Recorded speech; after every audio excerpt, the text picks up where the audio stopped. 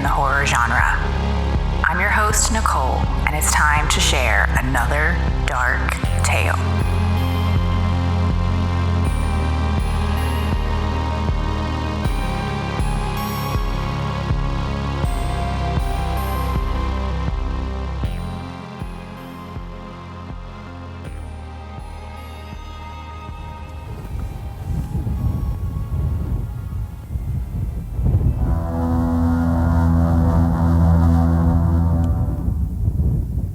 The dusk rapidly deepened.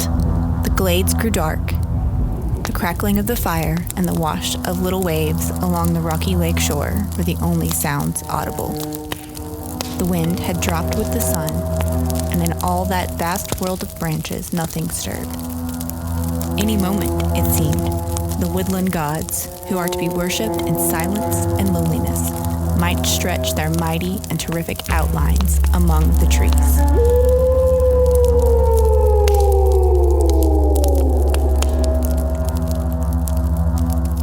Algernon Blackwood, The Wendigo, 1910. There are many monsters in American folklore. We have Bigfoot, Jersey Devil, even the Mothman from the 60s. But perhaps the oldest, and I think the most interesting, is the Wendigo. In Algonquin folklore, the Wendigo is a mythical man-eating monster or evil spirit native to the northern forests of the Great Lakes region of the United States and Canada. Although depictions can vary somewhat, most of the accounts all share the view that the Wendigo is a cannibalistic supernatural being. They are strongly associated with winter, the north, coldness, famine, and starvation. So the Wendigo has long been blamed for acts of cannibalism. That's, kind of the main thing about the Wendigo. People turn to consuming other humans once they've been either touched by the Wendigo, or when they eat other people, they are inviting the Wendigo spirit to inhabit them. So that's kind of the two branches of the Wendigo legend. A lot of the accounts say that once someone succumbs to the Wendigo, their hunger for human flesh cannot be satisfied. It manifests a physical change in their body and turns them into monsters. The Wendigo is described as a tall, gaunt creature, basically looking like a starvation victim. And often he is portrayed as having long, large, like ram's horns. So that's pretty creepy. You can imagine being in the woods, in the snow, in some remote part of the world, and the forest is quiet, and then you hear this tall, skinny, horned creature coming through the forest at your most vulnerable moment. So it's pretty creepy. And I feel like a lot of people know about the Wendigo, but not everyone. Everyone knows what Bigfoot is, or even, Nessie, the Loch Ness Monster, but not everybody knows what the Wendigo is, or if they have heard of it, they don't know all about it. There have been lots of strange but true cases of cannibalism in the world. So we have the history of the Wendigo, and then we have these true accounts of cannibalism. And I want to talk about, both of those things, and then kind of how they've crystallized together in modern media, both written and, of course, film. The most common depictions of the Wendigo take place, of course, in the mountains. A lot of true acts of cannibalism have taken place in the mountains, but there are actually a couple that took place at sea, which I feel like the harshness of the sea is similar to the harshness of a snowy mountain. It's a different extreme. It's heat instead of cold, but you're still stranded, with kind of no hope. So the first at sea account that I want to talk about is the raft of the Medusa. So in 1816, a ship named the Medusa crashed. They didn't have enough lifeboats for everyone aboard, which seems to be a common theme with ocean stories. But they didn't have enough lifeboats, and so they constructed a raft and put 146 people on it. But then they encountered some rough waters or something, so they cut the raft loose. And so this raft of 146 people is just adrift in the ocean. So, of course, without enough food and water, they turned on each other, killing and feeding on the weakest. So 13 days later, only 15 survivors out of 146 were recovered. Now, they didn't all eat each other. A lot of people fell off the raft, jumped into the ocean, but they were, in fact, cannibalizing the weakest people on board. Another interesting tale at sea is the Mignonette. In 1884, they had a crew of 4 sailing from Southampton to Sydney, which a ship of that size, it was like a little yacht, should not have been making that voyage, but they were.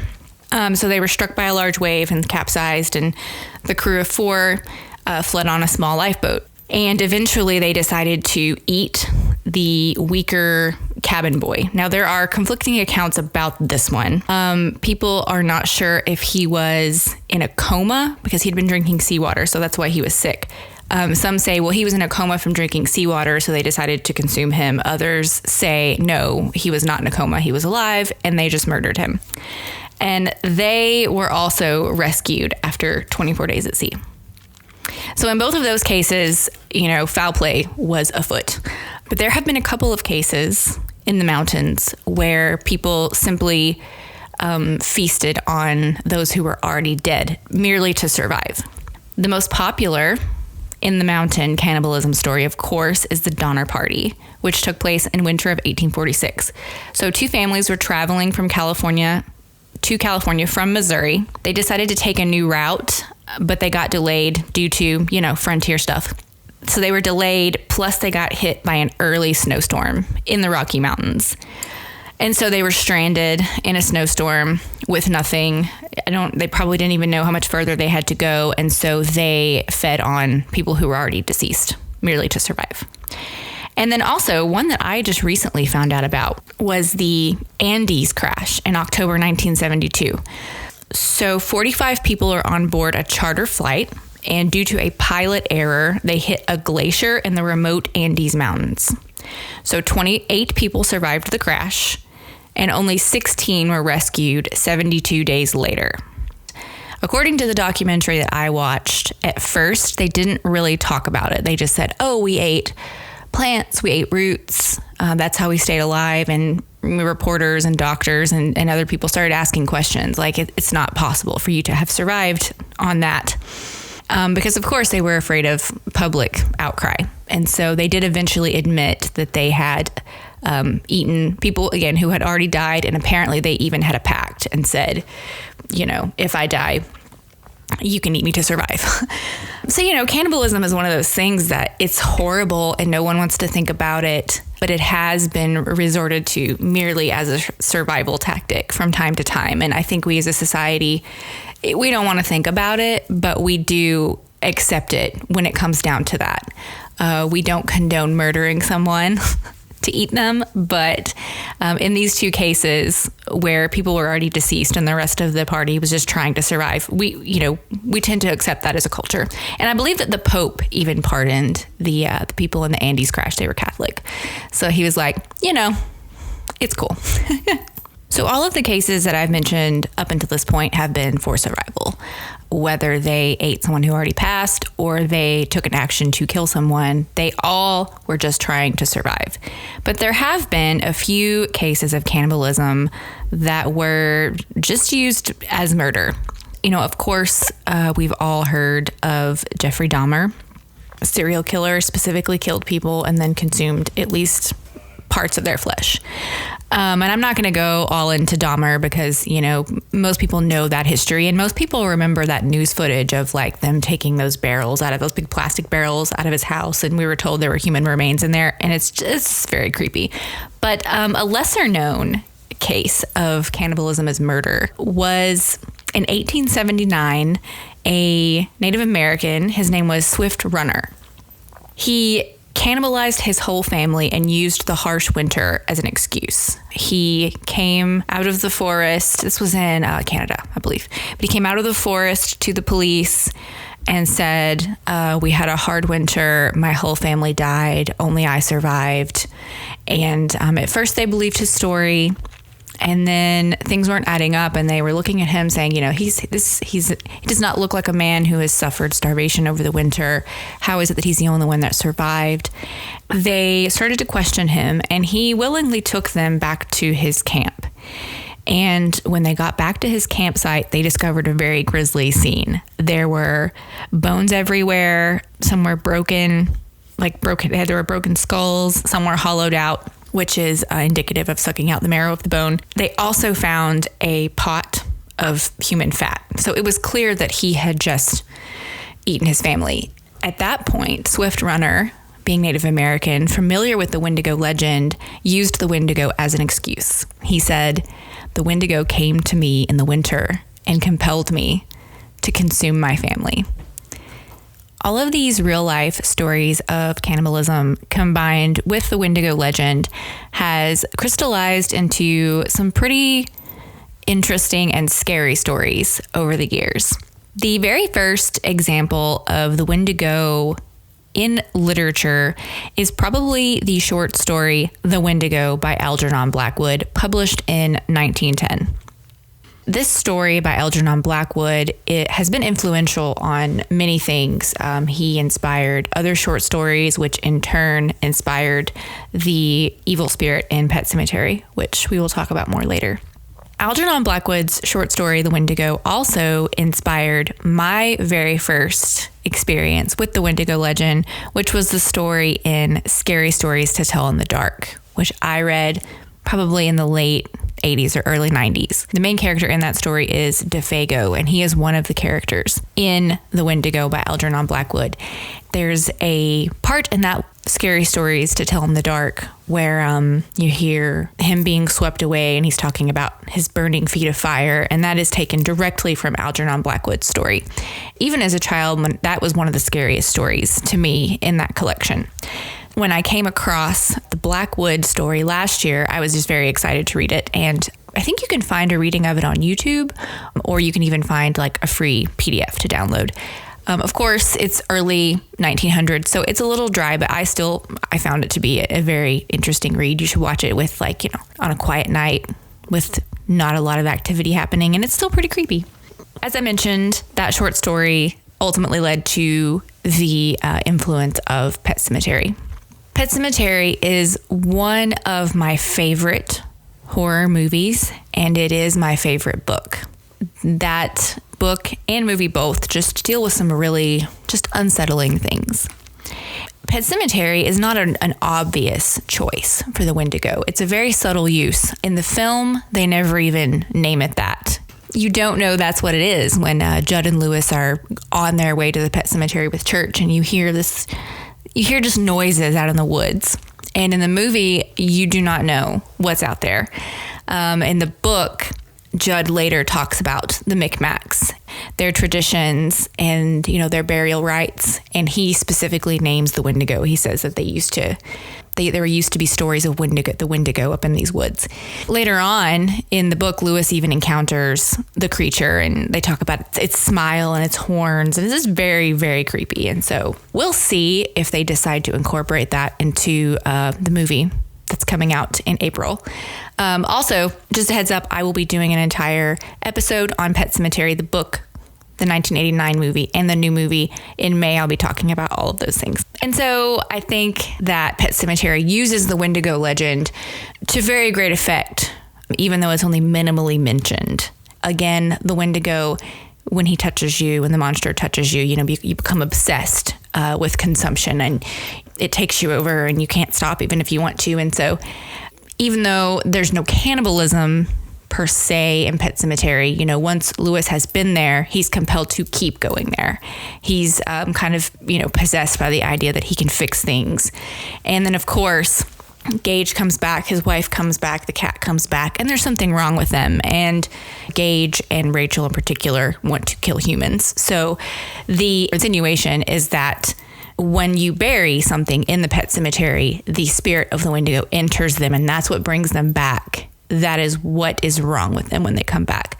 Judd says the person that you put in the ground in the Pet Sematary is not the person that comes back.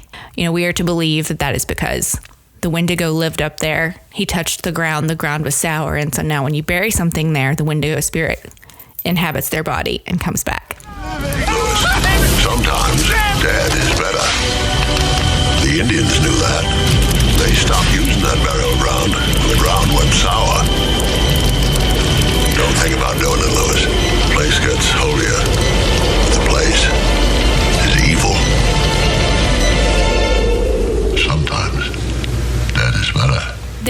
a couple of movies and TV shows that use the Wendigo in a more direct way.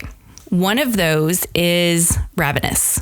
Ravenous came out in 1999, was directed by a woman, Antonia Bird, starred Guy Pearce, and it is a quirky little movie, but it is about cannibalism during the Mexican-American War, basically in a nutshell.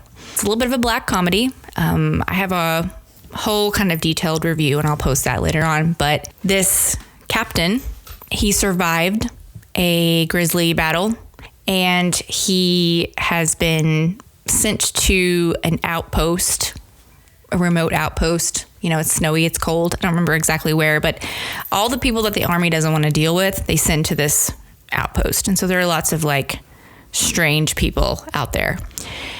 So he's out there. A stranger shows up at their door, and he says, "We were basically on a wagon train in the mountains. We became stranded. The man who was leading us killed all of my counterparts and ate them." This story may sound a little familiar. Stranger shows up, says, "Everyone's dead. I'm the sole survivor." This movie, Ravenous, was obviously directly influenced by the tale of Swift Runner, because the stranger that shows up at this military camp takes them back to his campsite. And what do they discover? A grisly scene. Bones, obvious slaughter, and it becomes clear that the stranger who showed up at their door is actually the killer who cannibalized everyone. And, you know, chaos ensues from there. It's a weird little movie, but fun. What Ravenous does is it kind of embodies the kind of mean-spirited nature of the Wendigo, because even in Pet Sematary, the book, not the movie, but in the book, there's a part where Timothy Baterman comes back, which is the scariest scene in the whole book. And he's mean-spirited. He knows things about everyone. He's kind of tongue-in-cheek and jokey, but he's very mean-spirited. And Ravenous is very much the same way. You see this draw to like come to the dark side. Eat your counterparts and give into the darkness and, you know, become one of us, basically. You know, Ben Franklin once said, "Eat to live. Don't live to eat." Huh? Well, it's an easy decision, Boyd. You can either famine or feast, live or die.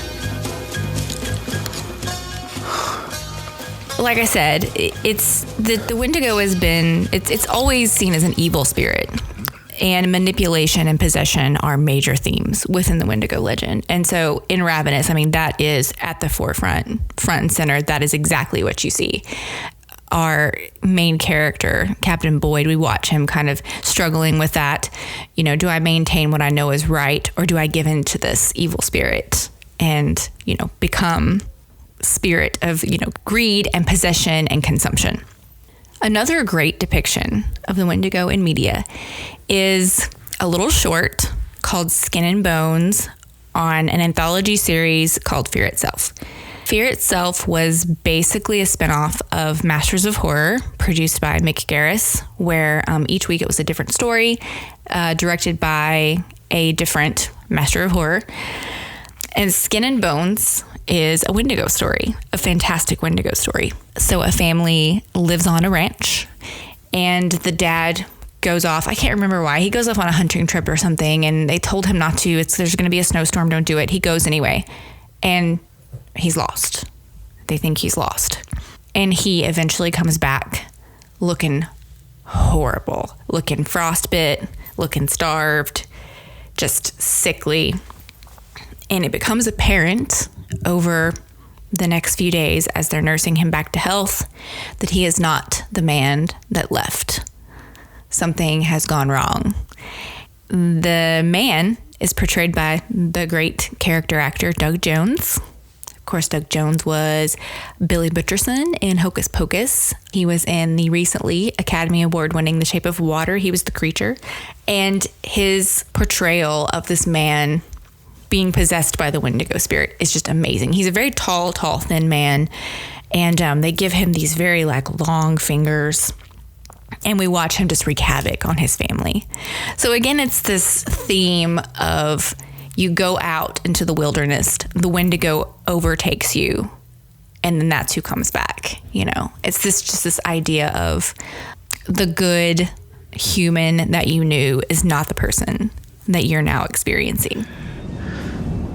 We got lost. Turned all around. Had to hole up in a shallow cave to stay warm. There's more and more wind and snow. Chuck and Billy went for help. Never came back. It was just me and Jasper in the cave. I couldn't even keep a fire lit. And then I remember a voice at my ear and in my head. I'll save you. Just let me in. That's what the voice said. You just have to eat. And Jasper was so weak by then. I couldn't help him. I had to eat. I had to. Another couple of things I want to mention, little offshoots of the Wendigo. The TV show Hannibal, which I've mentioned before. Of course, Hannibal is a cannibal. And I don't believe the books or the movies even, there's no mention of the Wendigo. That's just not part of the lore. But in the TV show, they don't talk about the Wendigo, but there are times when Will Graham sees Hannibal as the Wendigo, basically. And I didn't realize this until I started doing research. I just thought it was an interesting visual. But, when he sees him and he's skinny and he's all black and he's got the horns, or even when he sees the stag with the horns, that's all Wendigo imagery. So I think in the TV show, they pulled it just strictly as a visual. But when you know the history of the Wendigo and you put it with that story, it becomes kind of interesting. And another story to check out. This is not a film or a book. It's an audio story. It's called The Whistlers. It originally aired on the No Sleep podcast. I think it's 2 hours long. But what a great story. It's about some people who go on a camping expedition and, I'm not going to give you details, but things go wrong and they're stranded and it's cold. Typical Wendigo story. And they're fleeing the Whistlers. And we don't ever see the Whistlers. We don't really know what they are. We just know they're a legend that these people went to investigate. There's a lot of near Wendigo, language and history in there. So that one you can listen to on the No Sleep podcast, or I believe it's also on YouTube, but it's worth a listen, especially if you have a road trip. Give that a listen. So to wrap things up, I just want to say that I am very happy to be at the end of this because I have been fascinated by the Wendigo legend for a long time, and I have been trying to compile my thoughts about the Wendigo and cannibalism for a while. I initially started writing about it over a year ago and had been thinking about it long before that. So I think the Wendigo is so fascinating and frightening for a couple reasons. Both the Wendigo legend and real life accounts of cannibalism tap into the most primal core of humanity, that, live or die survival. In our modern day society, with resources so easily accessible, things like injury, disease, and famine seem really far away, but they were very real horrors for people living in the harsh environments where the legend first was born. The stories that take us back to these places and put us in the shoes of those who are at their most vulnerable, desperate point are horrifying, and they present us with the one simple question: What lengths will you go to survive? History has answered that question, teaching us that cannibalism can either be a tragic necessity or a more evil predatory act. Either way, the Wendigo has helped us put a face on that particular horror and has served to help us have a conversation about one of the darkest corners of human experience.